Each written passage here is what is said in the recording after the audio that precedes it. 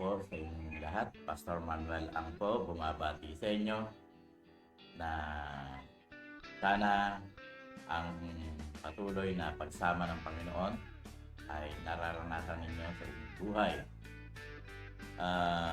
Nagpapasalamat po ako sa patuloy na pagsubaybay ninyo sa YouTube TV ng One Heart Southern Baptist Church. Salamat po ng marami sa inyong patuloy na panonood, subscribe, pagla-like at pag-share po. Sa umagang ito ay ating tatalakayin ang pampitong aralin na merong pamagat na ang turo ng Biblia tungkol sa pagdalo sa mga pagtitipon. Ngayon pong alam na natin kung alin ang tamang bahay-sambahan, saan tayo dapat manambahan. Ngayon naman ay inuutusan tayo ng Panginoon na huwag nating kaliligtaan ang ating mga obligasyon sa pagdalo dito. Makikita po natin yan sa Hebreo 10:25. Ganito po ang sinasabi ng aklat ng Hebreo, chapter 10, verse 25.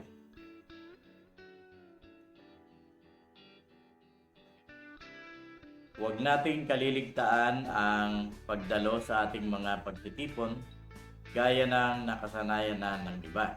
Sa halip, palakasin natin ang loob ng isa't isa, lalo na ngayong nakikita nating malapit na ang araw ng Panginoon. Huwag daw po nating kaliligtaan yung ating obligasyon sa pagdalo sa mga gawain o mga pagtitipon para sa Panginoon. Yun po yung sinasabi ng Hebreo 10:25. Kasi po, lalo na sa panahon ngayon na mahigpit ang pangangailangan ng mga tao, ay madali po tayong matokso na kaligtaan at ipagpaliban ang mga pagdalo sa mga pagtitipon. Maraming trabaho, maraming gawaing bahay. Minsan mas inuuna natin yung mga gawaing bahay, yung ikabubuhay, yung pagkakakitaan. Kaya kuminsan yung pagdalo sa gawain sa mga pagtitipon ay nakakaligtaan. Pero ang sabi rito, huwag daw po natin kaliligtaan ito. Yan po yung bilin ng Biblia sa atin. Huwag po natin itong kaliligtaan. Pagka sinuway po natin itong bilin na ito, na huwag kaliligtaan ang pagdalo sa mga pagtitipon, meron pong masamang epekto ito sa ating buhay pananampalataya. Magkakaroon po ito ng masamang epekto sa buhay mo, buhay natin bilang isang mananampalataya. Ayon dito sa verse 25, ang isang dahilan po kung bakit tayo po ay ina-advise ng Bible na huwag kaliligtaan yung pagdalo sa ating mga pagtitipon, sapagkat ang sabi po rito ay gaya ng nakasanayan na ng iba, sa halip palakasin natin ang loob ng isa't isa, lalo na ngayong nakikita natin malapit na ang araw ng Panginoon. Ang araw ng Panginoon ay malapit na. Yung mga palatandaan ng kanyang pagdating, nakikita na natin. So, konting-konting panahon na lang po ang hinihintay natin sa pagbabalik ng Panginoon.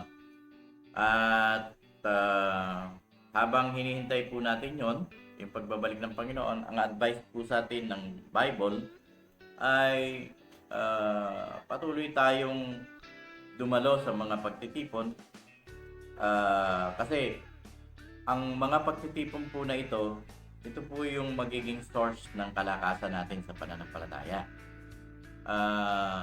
Sabi rito, palakasin ninyo ang isa't isa.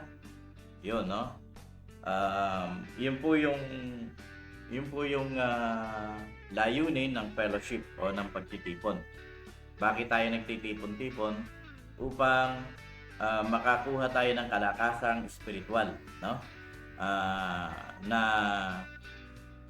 magbibigay sa atin ng lakas upang tayo magpatuloy sa pananampalataya at huwag tayong panghinaan ng ating pananampalataya. Kaya hindi natin dapat ipagpalit yung mga pagtitipon o yung mga pagsamba, yung mga pagtitipon sa gawain ng Panginoon. Hindi natin ito dapat ipagpalit sa mga bagay na material o mga bagay na pisikal.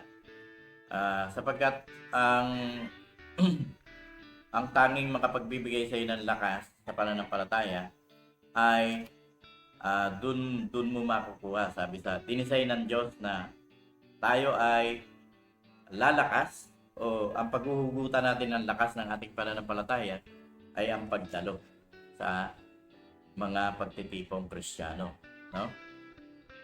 Huwag natin itong ipagpapalit pag araw ng linggo. Huwag natin ipagpapalit ang pagdalo sa pananambahan sa mga labahin, no?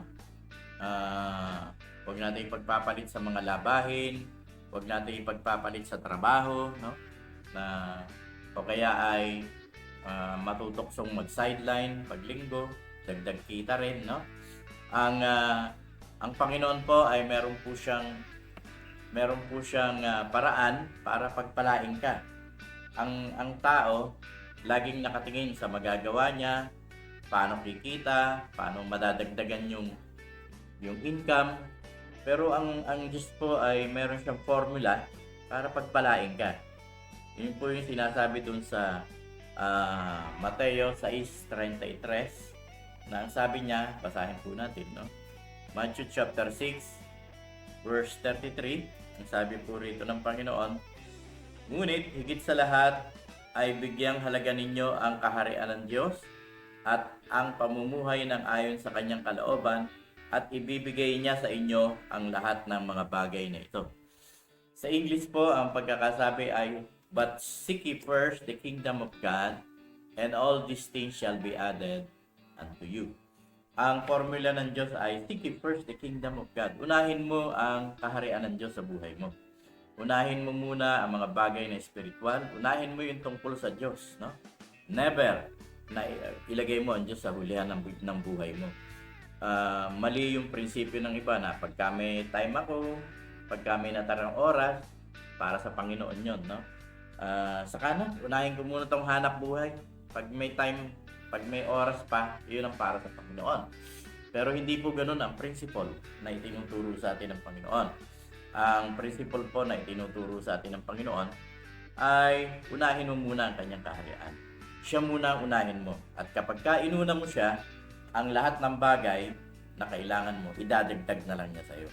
Ibig sabihin, pagka ito ang Panginoon, inuna mo siya, sumunod ka sa Panginoon, inuna mo ang Panginoon, yung pangangailangan bubuntot naman sa iyo, no?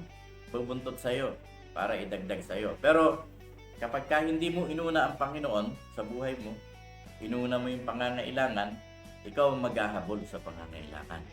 Pero pagka inuna mo ang Panginoon, ang pangangailangan ang maghahabol sa iyo. Yun po yung itinuturo o sikretong itinuturo ng Bible na hindi po alam ng marami. At nakakalungkot nga po, may mga mananampalataya na hindi pa rin alam itong formula na ito. Yung Mateo 6:33. Unahin mo ang Diyos sa buhay mo, unahin mo ang kanyang kaharian, at ang lahat ng bagay idadagdag na lamang sa iyo. Tama po na maghanap buhay. Tama po yan. Yan po ay ipinapayo sa atin ng Biblia. Dun sa Genesis chapter 3, sinabi na po doon na Genesis chapter 3 verse 17, sinabi na po ng Panginoon kay Adan ito, dahil nung si Adan ay tumuhay sa Diyos, sinumpa ng Diyos ang tao. At ang sabi rito sa Genesis 3:17 hanggang 19, alam nyo yung paghahanap buhay, yan po ay sumpa, no? Yung paghahanap buhay, yan po ay sumpa. Dahil nung hindi pa po sumusuway si Eva at si Adan, ay hindi po sila naghahanap buhay. Pitas lang sila ng pitas ng kanilang, pag sila'y nagutom, pitas lang sila ng pitas sa mga prutas na naroon sa halaman ng Eden. Hindi sila nagugutom, walang gutom noon. Not until na dumating yung panahon na sinuway nila ang Diyos, at dahil doon sinumpa ng Diyos ang tao.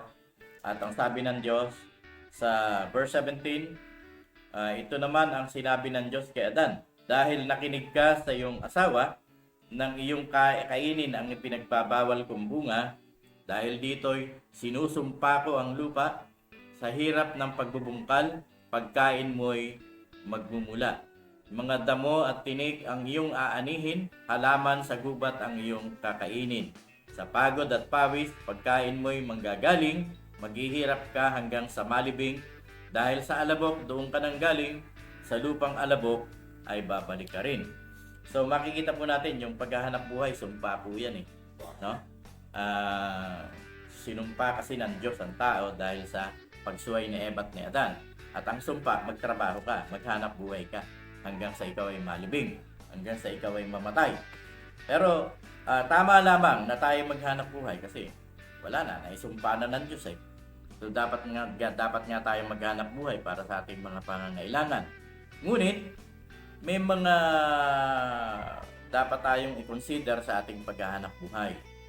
Ang bilin po ng Diyos dun sa Exodus 23, chapter 23, Exodus chapter 23, ang bilin po ng Panginoon 23:12, ang sabi rito ay 6 na araw kayong magtatrabaho, ngunit sa ika-7 araw ay titigil kayo sa paggawa upang makapagpahinga rin ang inyong mga baka, asno, alipin at mga manggagawang dayuhan. So ito, no, ang bilin ng Diyos sa paghahanap buhay o pagtatrabaho, 6 na araw lamang, no? At sa ika-7 araw, ang sabi rito, ay titigil kayo sa paggawa upang makapagpahinga rin ang inyong mga baka, no? At ang inyong mga asno, alipin at mga manggagawang dayuhan. So, hindi po tama na sa ika-7 araw nagtatrabaho pa tayo, no? At pati mga trabahador natin, pinatatrabaho pa natin. Pati mga katulong, no? Pati mga hayop, walang pahinga, no? Makina nga eh, nagpapahinga eh. Tao pa. Pagka ang tao ay hindi nagpahinga,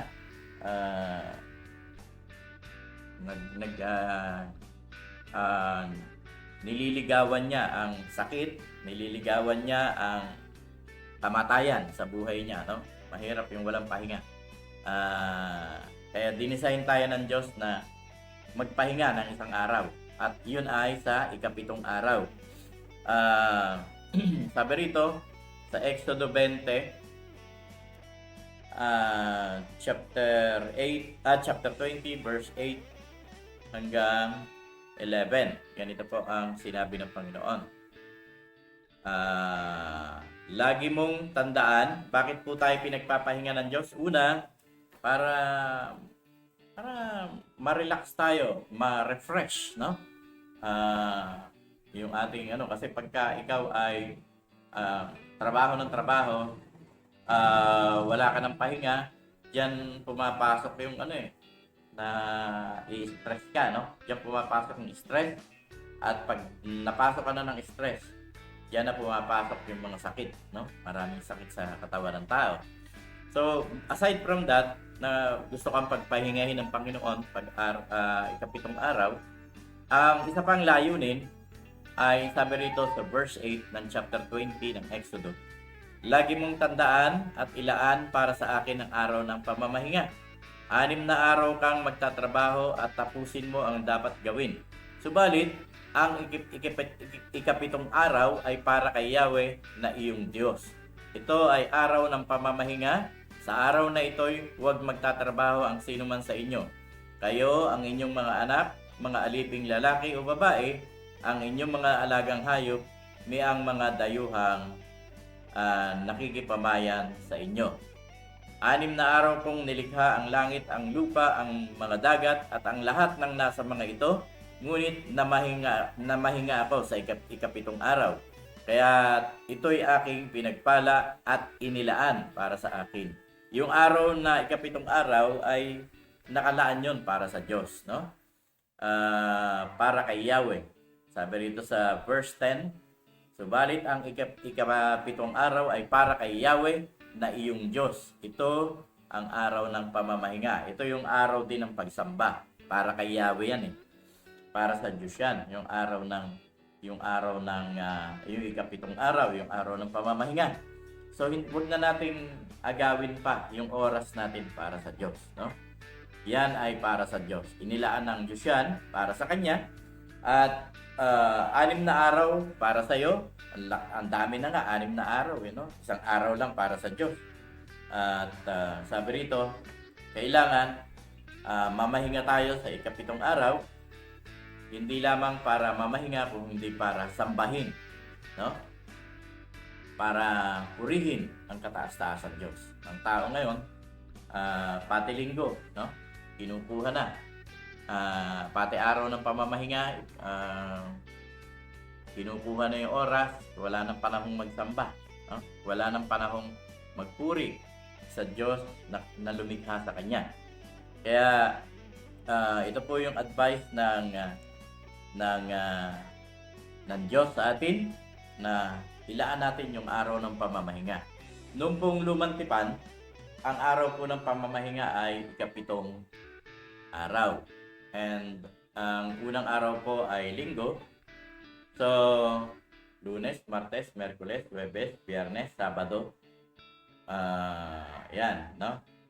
Ang unang araw ay the first day is Sunday. So, Sunday, Monday, Tuesday, Wednesday, Thursday, Friday, Saturday. Yung ikapitong araw sa lumang tipan. Yun po yung paraan ng pagsamba sa lumang tipan. Ikapitong araw. Pero nung dumating po si Jesus Christ, ay nalipat po sa panahon ng church. Yun po yung paraan ng pagsamba sa temple age, sa panahon ng templo. Pero nung dumating si Jesus Christ, nagsimula ang church, dumating ang Holy Spirit doon sa Acts chapter 2, ay nabago po yung araw, no? Nabago po yung araw ng pagsamba sa Diyos sa panahon ng Kristyanismo. Sa panahon ng Judaismo, o sa panahon ng mga Hudyo, sa panahon ng templo, sa lumang tipan, ay yun po yung paraan ng pagsamba tuwing araw ng Sabado, ikapitong araw. Pero nung dumating po si Kristo, na bago po. Makikita po natin yan dito po sa 1 Corinthians chapter 16 verse 1 and 2. Naging linggo po ang pagsamba, no? 1 Corinthians chapter 16 verse 1 to 2. Naging linggo po yung pagtitipon ng mga mananampalataya, ng mga Kristiyano. Hindi na po Sabado. Kasi tapos na po yung temple age, yung temple period, yung mga paraan ng pagsamba sa templo, nabago po yun nung dumating ang Panginoong Jesus. Nung ipakilala niya ang church, nung ang church ay nagsimula ang iglesia, ay nalipat po ng linggo yung pagsamba. 1 Corinthians chapter 16 verse 1 and 2. At bakit po naging linggo ang pagsamba? Bakit nalipat ng linggo? Ipinattern po kasi nila ang pagsamba sa araw ng pagkabuhay na maguli ng Panginoon. Makikita natin na si Jesus ay nabuhay ng madaling araw ng linggo, araw ng pagkabuhay. At magmula noon, ang mga Kristiyano, araw ng linggo na sila nananambahan, yung mga Christians, araw ng linggo na sila nananambahan, pinattern nila sa muling pagkabuhay ng Panginoong Jesus. Nabuhayan kasi sila ng ng, ng pag-asa. Lumakas yung loob nila kasi nung namatay si Jesus Christ ay talagang down na down sila, no? Takot sila, nagkulong na lang sila dun sa tinitirahan nila, hindi na sila lumalabas, natatakot sila na baka sila hulihin at patayin. Pero nung dumating ang Panginoong Kristo at nung nabuhay na maguli ang Panginoong Jesus ay dun sa Acts chapter 1 verse 8, pinangako ng Panginoon yung Holy Spirit, you shall receive the Holy Spirit, and once the Holy Spirit is upon you, you will receive power, no? Yun, lumakas yung loob nila.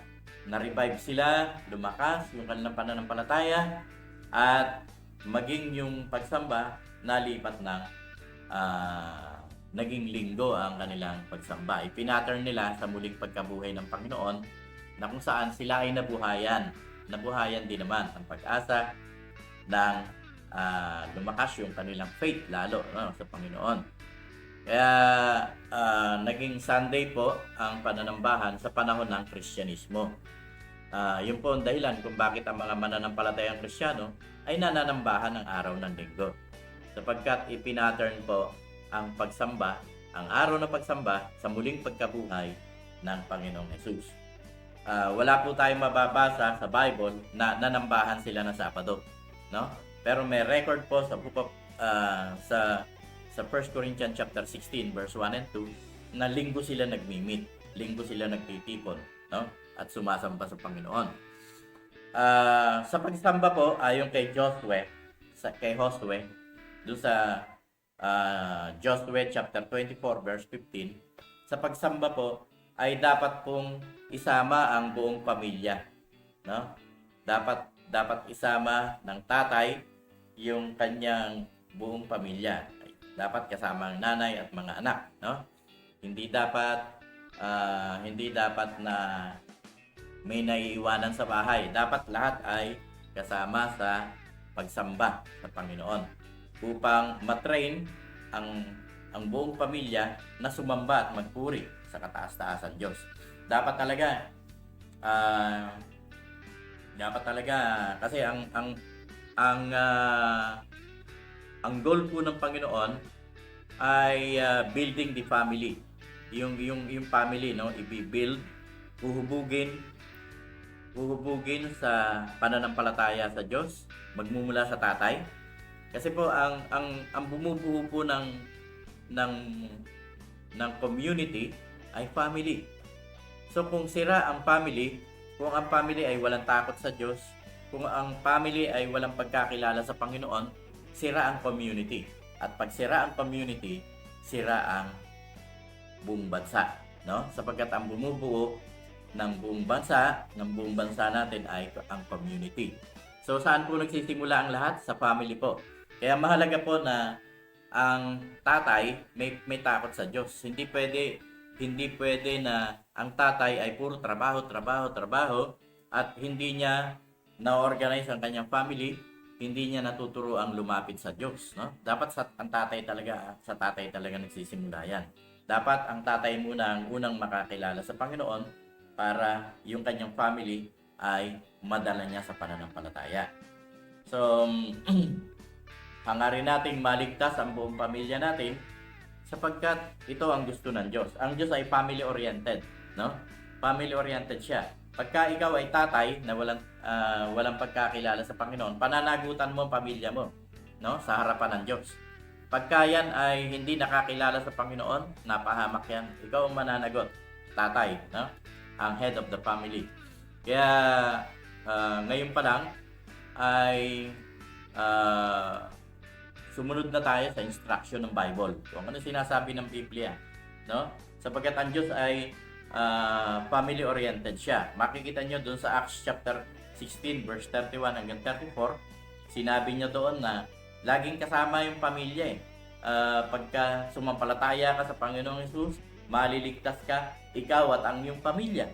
So ang laging ang sa isip ng Diyos, family. Kaya ang family dapat sama-sama yan na sumasamba at nagpupuri sa Panginoon sa pangunguna ng tatay, no? Ang tatay na hindi gumagawa ng ganitong obligasyon, mananagot sa Diyos yan balang araw. No? Sapagkat lahat tayo magsusulit sa Panginoon. Haharap tayo sa Diyos kung ginampanan ba natin ng tama ang ating mga obligasyon na ibinigay sa atin ng Panginoon. So, sabi nga sa Mateo 6:31 hanggang 33, unahin natin ang Diyos sa araw ng linggo. Huwag nating ipahuli ang Diyos. Kapag inihuli mo ang Diyos sa buhay mo, ihuhuli ka rin niya. No? Ihuhuli ka rin niya. Ikaw talaga nasa ilalim ka pa ng sumpa, hanap buhay ka ng hanap buhay. Lagi kang yan yung sign, yung trabaho, sign niya ng walang pananampalataya sa Diyos, no? Yung sinasabi doon sa Mateo 6. Yan ay palatandaan na ang isang tao walang pananalig sa Diyos. Dahil yung may mga pananalig sa Diyos, nagpapahinga yung paglinggo. Sapagkat alam ng Diyos na alam ng mga tao na yan na kayang i-provide ng Diyos yung pangangailangan nila. Ang Diyos nakakalikha ng mula sa wala eh. Sabi nga ng Biblia sa Lucas 18:27, kung ano ang imposible sa tao, posible sa Diyos. So, minsan natatakot tayo, baka wala tayong kainin, wala tayong pambili ng ganito, kulang yung budget. Alam niyo ba na yung kulang kayang pagkasyahin ng Diyos? Yung tingnan na lang ninyo yung yung pinakain niyang 5,000 katao, no? 5,000 katao. Ano lang ang meron nun? 2 pirasong isda at 5 tinapay. Kakasya ba yun sa 5,000? Hindi. Kung gagamitin mo ang mathematics ng mundong ito, hindi kakasya. Kulang. 2 isda, 5 tinapay. Pero nung inilagay yun sa kamay ng Panginoon, napakain yung 5,000 tao. May sumobra pa nga eh. Sumobra pang ilang bakol, di ba? Ang Diyos, may kapangyarihan siyang pagkasyahin ng kulang kung mananampalataya ka lang sa Kanya. Pero may kakayahan din siya. Kung may kakayahan siya na pagkasyahin ng kulang, may kakayahan din siya na pagkulangin ang kasya. No? May mga kasi umaasa na dun sa hindi na sa Diyos eh. Umaasa na dun sa sweldo eh, sa kinikita eh, sa lakas, sa hanap buhay. So, nakakita na ba kayo na sobra-sobra yung kinikita pero kulang, no? Na para bang isinabog lang sa hangin yung kinikita na naghahanap buhay. Kasi kung mapapansin niyo, ang tao, mas lumalaki ang kita, mas lumalaki ang gastos. Di ba? Pero kung ang maliit, ang kulang, anumang kulang, ilalagay mo sa kamay ng Diyos at magtitiwala ka sa Kanyang kapangyarihan, kaya niyang pagkasyahin yan, so sobra pa. Kaya po, huwag tayong matakot na unahin ng Diyos pag-araw ng linggo.